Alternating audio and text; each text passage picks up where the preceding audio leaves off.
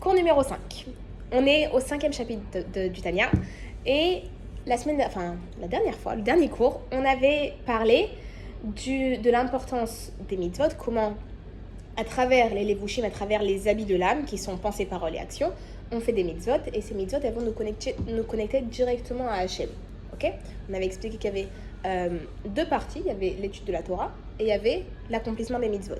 L'accomplissement des mitzvot, elle était faite avec, principalement, l'action, et l'étude de la Torah, c'est avec pensée, parole. Ok? On se rappelle de ça? Alors, on avait expliqué qu'en fait, quand on va faire une mitzvah, on va se connecter directement à Hachem. On avait dit pourquoi? Parce que Hachem, il est à l'intérieur de la mitzvah. C'est pas seulement que c'est une action que je vais faire qui va déclencher que Hachem il va être content et donc ça va me connecter avec Hachem, mais c'est vraiment que Hachem il est dans la mitzvah. Donc aujourd'hui, on va essayer de comprendre c'est quoi ça. Ça veut dire quoi qu'Hachem il est dans la mitzvah? Qu'est-ce que ça veut dire concrètement, réellement? On va parler d'un concept qui s'appelle le tzimtzum. Tu veux pas que je ferme maintenant? Ouais, si tu veux. Allez, super. Tzimtzum. Tzimtzum. Tzimtzum, en français, ça veut dire la contraction. C'est un truc chinois, genre des ouais. chinois, un truc comme ça. Tzimtzum. C'est la contraction. De quoi on parle? On parle de quand Hachem il va se contracter pour être dans ce monde. Concrètement, c'est quoi? Qu'est-ce qui se passe? Hachem, il est illimité, il est infini, il n'a pas de limite. On est d'accord? Ce monde, il est limité, il est fini. Et si tu veux mettre quelque chose d'infini dans quelque chose de fini, ça marche pas. C'est comme si tu branches une prise avec un courant de 1 milliard de volts. Bon, la lampe, elle va exploser. Ça marche pas. Oui, il faut que ce soit adapté. Donc, il y a 3 façons de voir Hachem. Il y a les gens qui voient Hachem comme le grand monsieur barbu au-dessus de la terre qui regarde la terre comme ça. Okay, il y a des gens qui ont cette vision de Dieu. Dieu, c'est le grand monsieur qui est grand, qui est très très grand, qui est immense, mais qui est limité. C'est comme un grand monsieur qui regarde au-dessus de la terre. Deuxième vision, c'est de dire Hachem, il est illimité, il est immense, il n'a pas de limite. Dans cette vision-là, quand on se dit Hachem, il est illimité, il n'a pas de limite, concrètement, ça met une limite à Hachem. Pourquoi? Parce qu'on se dit Hachem, il est tellement illimité. Comment il peut être dans ma petite action? Comment il peut être dans mon petit verre d'eau? Comment il peut être dans ma petite bracha? Dans mon petit truc, dans ma petite vie de tous les jours? Comment il peut venir aussi bas alors que lui, il est tellement grand? La troisième vision de qu'est-ce que c'est Hachem, comment il est Hachem, ça c'est la bonne. C'est quoi cette vision? C'est d'expliquer qu'en fait, Hachem, pour lui, le limité et l'illimité, c'est la même chose. On va reprendre un petit peu en arrière pour bien expliquer. Imaginez Einstein, le grand Einstein qui est un crack en maths. On lui dit, tu es très fort, tu enseignes à l'université, tu enseignes dans les plus grandes écoles, tu enseignes aux plus grands professeurs. Mais aujourd'hui, tu vas aller enseigner au CP. Les enfants, ils vont pas comprendre grand-chose si Einstein il leur parle comme il parle à ceux qui sont à l'université. Qu'est-ce qu'il doit faire? Einstein va devoir adapter son discours, il va devoir se descendre pour pouvoir enseigner au CP. On est d'accord? Ça, c'est le tzimtzum. C'est que tu peux pas. T'as pas une vraie... T'as pas une échelle... En fait, c'est pas la même échelle. T'as l'infini et t'as le fini. C'est 2 échelles complètement différentes. Dans la deuxième vision d'Hachem, le fait que Hachem il soit immense, mais qu'il puisse pas venir dans notre vie de tous les jours, ça, c'est comme Einstein qui va aller enseigner au CP comment E égale MC2. Et ça marche pas. Il n'y a pas de logique en fait, ça marche pas, ça veut pas marcher.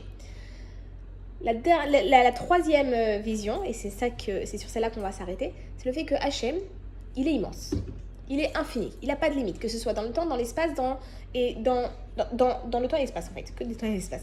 Il n'y a pas de limite, du tout. Mais, malgré cette illimité, il peut venir dans le limité. Pourquoi? Parce que pour Hachem, qui est tellement immense, l'illimité et le limité, c'est la même chose. C'est comme si je vous dis, il y a le ministre de la Défense et le ministre de l'Éducation, ils sont là, ils se disent c'est moi le plus fort, c'est moi qui suis le plus important. Quand le roi y rentre, le ministre de l'Éducation et le ministre de la Défense, ils sont rien comparés au roi. Pour H&M, qui est tellement immense, le limité et l'illimité, c'est tellement petit que c'est ex aequo en fait, ça vaut la même chose. C'est comme si je vous dis 1 et 100 comparé à l'infini. C'est pareil. 1, c'est rien par rapport à l'infini, et 100, c'est rien par rapport à l'infini. Ben justement, l'infini et le fini, ils sont comme égaux pour H&M, pour la grandeur d'H&M. Pour H&M, le fait de descendre dans le limité, c'est facile. C'est pas un effort qu'il va faire pour venir pour descendre dans ce monde. On va prendre l'exemple, comme sur l'ordinateur, tu dois télécharger plein de photos et de vidéos. Qu'est-ce que tu vas faire? Tu vas télécharger en zip. Ouais. Maintenant, après, comment tu fais pour l'ouvrir après ce dossier zip? Il faut l'extraire. Mais dans ce dossier zip, qui est pas du tout lourd, il y a toutes les informations, toutes les photos et vidéos qui sont énormes. Oui. C'est un petit peu la même chose. Le fait que H&M il va descendre dans ce monde, il va se mettre en dossier zip, il va rentrer dans le monde, un dossier zip, et après, il va nous donner le mode d'emploi. Comment tu fais? Tu fais cliquer gauche, cliquer droit, extraire, et après tu mets dans ton ordinateur. Oui, ça c'est dans l'ordinateur, comment extraire un dossier zip. Pour H&M, comment on fait pour l'extraire de ce dossier zip? Ça va être en étudiant la Torah et en faisant les mitzvot. Donc quand je vais faire Torah et mitzvot, je vais extraire H&M de ce dossier zip et je vais pouvoir l'admirer dans toute sa splendeur. Ok?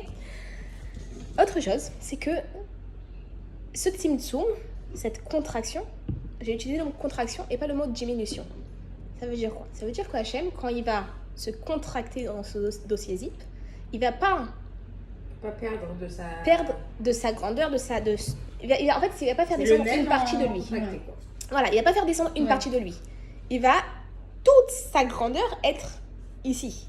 C'est pas une diminution, c'est juste une contraction. Comme si, que je vous dis, c'est un concentré. C'est comme dans la NASA.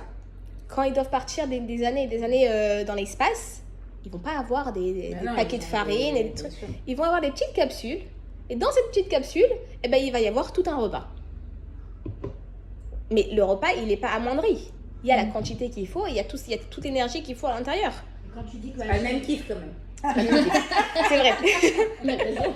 Quand tu dis qu'Hachem vient dans ce monde limité, est-ce que c'est la Shrina, c'est ça, la présence d'Hachem dans ce monde, ou c'est différent? On parle de la Shrina. Il y a la présence d'Hachem dans ce monde.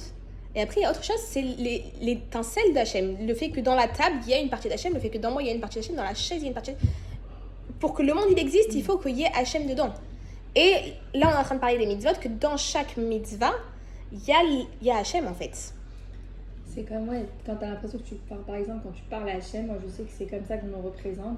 Hachem, dans la vie de tous les jours, oui, il est au-dessus, comme ça, comme tu le représentes. Après, dans chaque personne le visualise différemment. Mais je sais que si je prie ou je parle à Hachem, j'ai l'impression qu'il est chez moi, enfin, près, tu vois, genre, qu'il est là, quoi.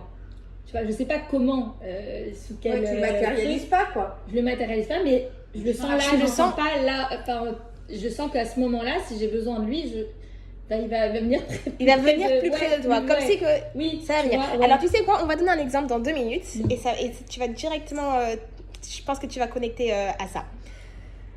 Donc on est toujours dans le fait que ce soit une compression et pas une diminution.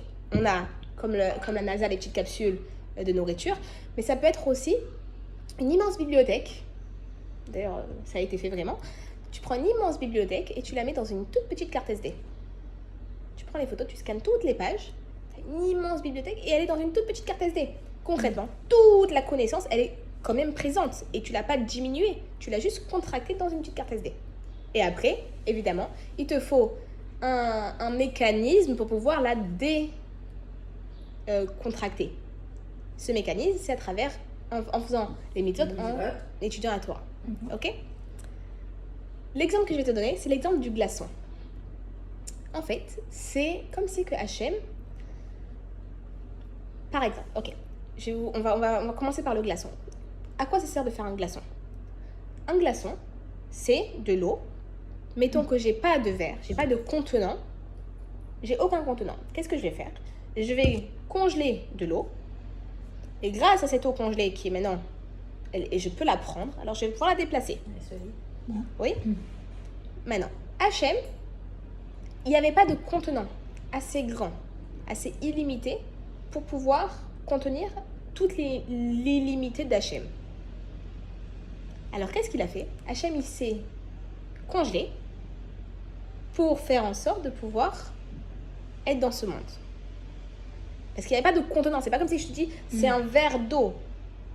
Non, Hachem il a dû se congeler en glaçon, se condenser en glaçon pour pouvoir être dans ce monde parce qu'il n'y a pas de contenant, il n'y a pas de verre qui est assez grand pour toute la grandeur d'Hachem.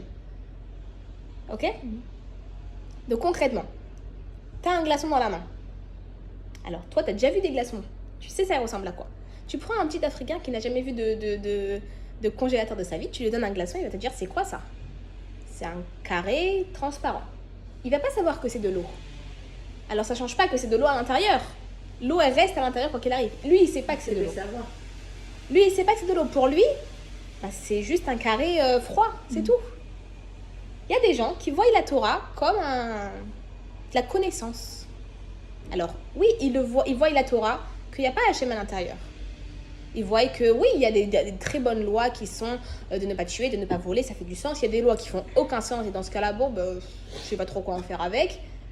Mais il n'y a pas Hachem dedans. D'où tu vois Hachem? Hachem, il existe, Bichal? Non, pas forcément. Ça, c'est le glaçon. Tu vois un carré, tu vois pas de l'eau. Tu vois pas la réelle présence de l'eau, tu vois juste un carré. Tu vois un carré transparent. Maintenant, comment tu fais? Quand tu vas venir, tu vas mettre de la chaleur dans le glaçon, alors tu vas avoir de l'eau qui va s'écouler. Quand tu vas venir, tu vas faire des mitzvot, quand tu vas étudier la Torah, alors tu vas avoir cette présence qui va s'écouler, qui va être devant toi, qui va être palpable. Ok? Ça fait du sens? Donc, ça c'est le Tzimtzum. On a expliqué qu'en fait, la Torah, c'est quoi? Hachem, c'est quoi? Hachem, il s'est contracté à l'intérieur de la Torah, à l'intérieur des mitzvot, pour qu'on puisse être à proximité de lui. Sinon, si Hachem ne se contracte pas, on peut pas vivre en fait. Le monde n'existe pas. Ok? On continue un petit peu. Et là, du coup, maintenant, on comprend pourquoi, quand je fais une mitzvah, je m'attache à Hachem. Qu'est-ce que je vais faire? Quand je vais faire une mitzvah, je vais prendre mon glaçon, je vais le chauffer comme ça. Alors, automatiquement, tu as de l'eau qui va couler, tu as la vraie présence d'Hachem qui va s'apparaître. Et je vais libérer de l'infini d'Hachem, je vais me connecter à cet infini complètement. Il y a une différence entre la mitzvah et l'étude de la Torah. Les deux, ils vont me connecter à Hachem très très fort. Et le Tanya, il va nous expliquer que quand je vais étudier la Torah et quand je vais faire des mitzvot, je vais être entourée de la mitzvah. Comme un câlin, comme un talit que je vais mettre autour de moi, comme ça, je vais être entourée complètement. C'est comme si Hachem va venir et te faire un câlin. Au moment où tu fais une mitzvah, tu vas avoir la présence d'Hachem qui va t'entourer, qui va te faire un câlin. Pour l'étude de la Torah, ça c'est pour les mitzvot. Pour l'étude de la Torah, ça va être pareil, mais ça va être encore plus que ça. Ça va être un niveau encore plus élevé. C'est quoi la différence entre quand je vais faire une mitzvah et quand je vais étudier la Torah? Quand je vais faire une mitzvah, c'est mes actions. Quand je vais étudier la Torah, ça va être avec mon intellect. On est d'accord? On avait dit que l'intellect, il est plus élevé. Pourquoi? Parce qu'il est plus proche de la neshama. Oui? Donc, concrètement, quand je vais étudier la Torah, c'est mon intellect qui va se connecter à l'intellect d'Hachem. Oui? Maintenant, quand je vais étudier, si on met ça de façon pratique, quand je vais étudier la Gemara, je vais étudier une Mishnah, je vais étudier le Tanya, je vais étudier la Torah, je vais mettre ma tête dans ce concept et je vais réussir à le saisir. Je vais bien y réfléchir, je vais me verser dedans, je vais saisir le concept. En même temps que je vais saisir ce concept, le concept, il va saisir mon intellect. Ça veut dire quoi? Ça veut dire que je vais entourer l'idée et l'idée va m'entourer. C'est une double connexion. Pour une mitzvah, je vais être entourée par la mitzvah. La mitzvah, elle va m'entourer, comme un câlin. Pour l'étude de la Torah, moi, je vais comprendre cette idée, ce concept, ce sujet. Et ce sujet, il va m'entourer comme un câlin. Ça va être une double connexion. Ça ne va pas être que le fait que j'ai fait la mitzvah, ça a ouvert une infinie qui m'entoure et qui me fait des câlins.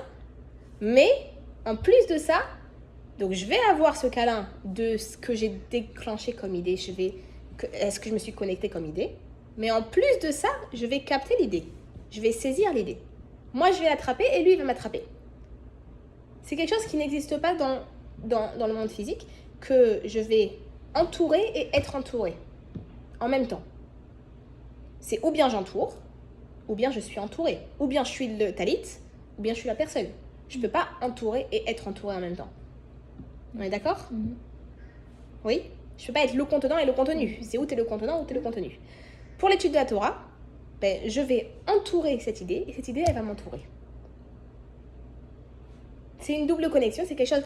Et ça, c'est possible, pourquoi? Parce qu'on parle de spiritualité.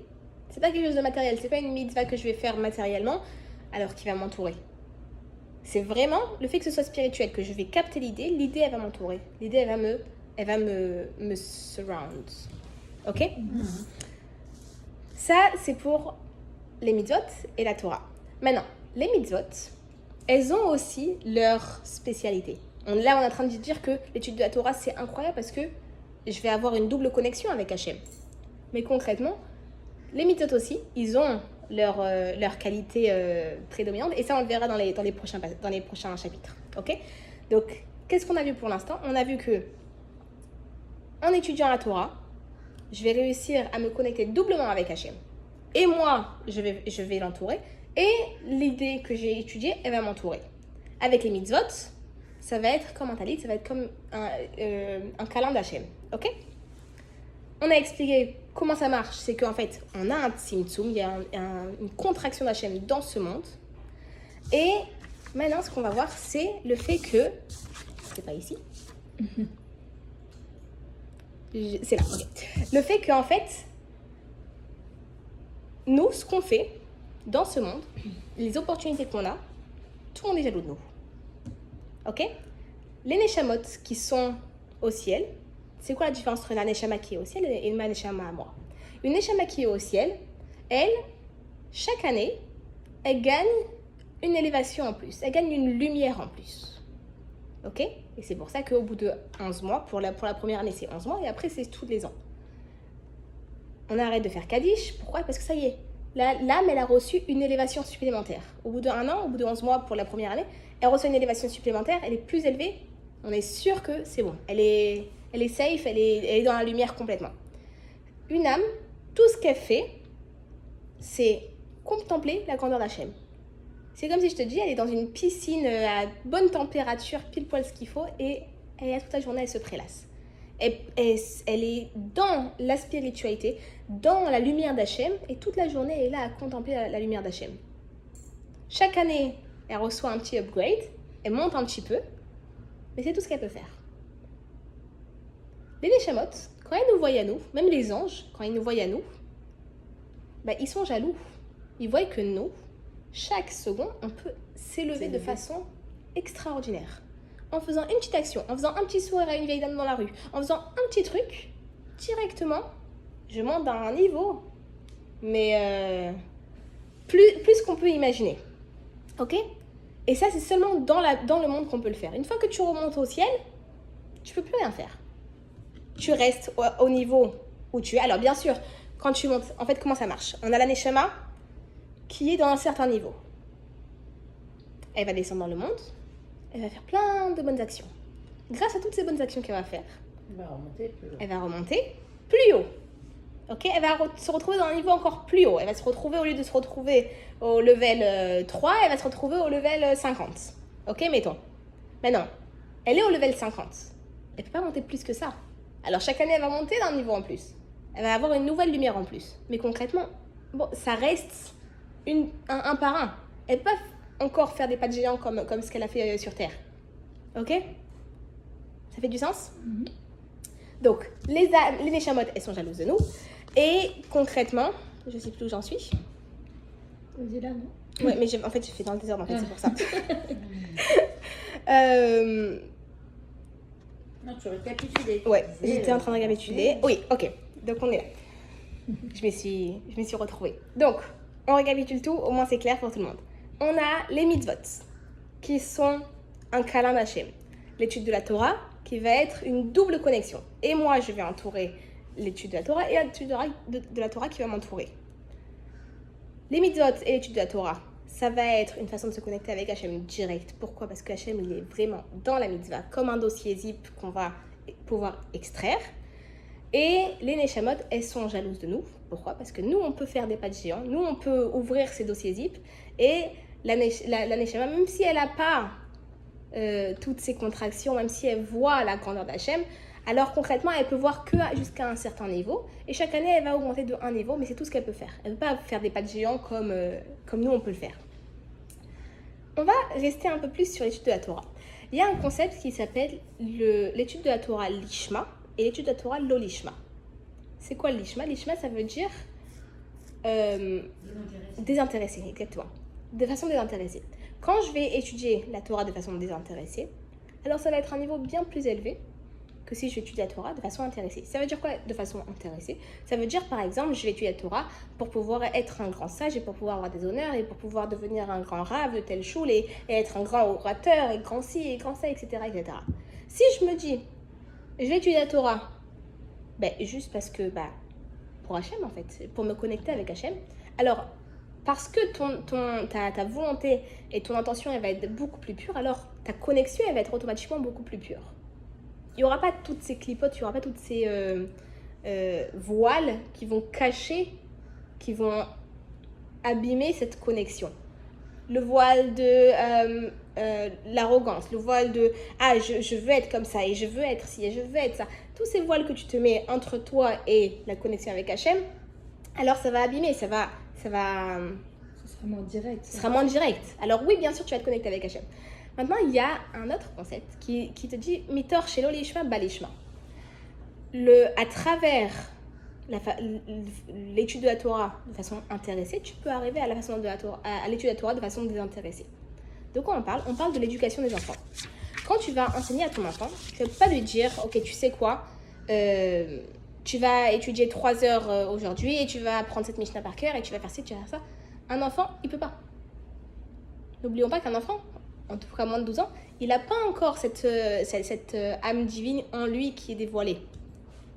Alors oui, bien sûr, il a une neshama, etc. Mais il n'a pas cette âme divine qui peut parler et qui peut dire « Ok, tu sais quoi, allez viens, on va apprendre juste pour Hachem. » Pour l'instant, il n'a que son âme animale. À partir de 12 ans ou 13 ans, ça arrive son âme divine dans son corps. Donc un enfant, tout ce qu'il fait jusqu'à maintenant, même s'il a envie de faire Shabbat, etc., ce sera par habitude, ce sera parce qu'il aime, ce sera parce qu'il sait qu'il va recevoir des moments, etc., etc. Donc, dans l'éducation, et ça c'est un grand enseignement que la Torah nous donne pour l'éducation, de dire attends, oui c'est vrai que c'est pas bien de faire, enfin que c'est moins bien de faire de façon intéressée, parce que tu as une moins grande connexion, mais concrètement, à travers la façon intéressée, tu arrives à la façon désintéressée. Mitor shelo lishma balishma. Quand tu vas enseigner à ton enfant, lui dire tu sais quoi, apprends cette Mishnah et je te donne Torah $3. Apprends ce chapitre. Nous, c'est quand je grandissais, mes parents, c'est ce qu'ils faisaient. Ça veut dire on avait des buts. À chaque fois qu'on apprenait une Mishnah, on recevait 1 euro.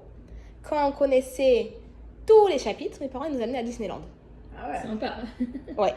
Au bout des 6 chapitres de Mishnah, ok, c'est énorme et j'ai pas réussi à les finir. Je me suis arrêtée. Non, j'ai pas été à Disneyland. J'ai jamais été à Disneyland. Je m'étais arrêtée à 2,5, ok. Mais concrètement, je me rappelle que mes grands frères et sœurs, ils avaient été à Disneyland. Sympa. Ils avaient appris tout. Nous, on était à Marseille, donc c'était un vrai voyage. C'était pas juste. J'ai compris. Donc du coup, c'était vraiment genre, t'avais envie. Je me rappelle qu'on était là, des fois le soir, on se chauffait, on était tous là en train d'apprendre les Mishnayot. Et ça donne des bons souvenirs. Les enfants, il faut les motiver, c'est sûr. Exactement, c'est motivant et ça donne des bons souvenirs. Jusqu'à maintenant, pour moi, j'adore les Mishnayot. C'est pas comme, c'était pas un fardeau, c'était pas un mauvais souvenir. Je sais que malheureusement, il y a des gens qui n'ont pas été éduqués comme ça. Et que pour eux, il fallait apprendre la Mishnah à l'école. Donc, ils rentrent à la maison, c'est les devoirs, allez. Et ton père qui écrit parce que du coup, t'arrives pas à apprendre assez vite et il veut aller dormir et c'est tard, etc. Et pour eux, la Mishnah, c'est un traumatisme. Je dois apprendre par cœur. Je peux pas apprendre par cœur, j'arrive pas à apprendre par cœur. J'ai un problème avec ça. Non, t'as pas de problème avec ça. Tu connais des milliards de musiques par cœur. T'as pas de problème avec apprendre par cœur. T'as un problème avec ça parce que t'as eu un traumatisme à cause de ça. Oui. Donc concrètement, la Torah donne un magnifique message. C'est pour un enfant, Mitor shelo lishma balishma. Et même pour nous. Nous, on est des petits enfants, on est des grands enfants.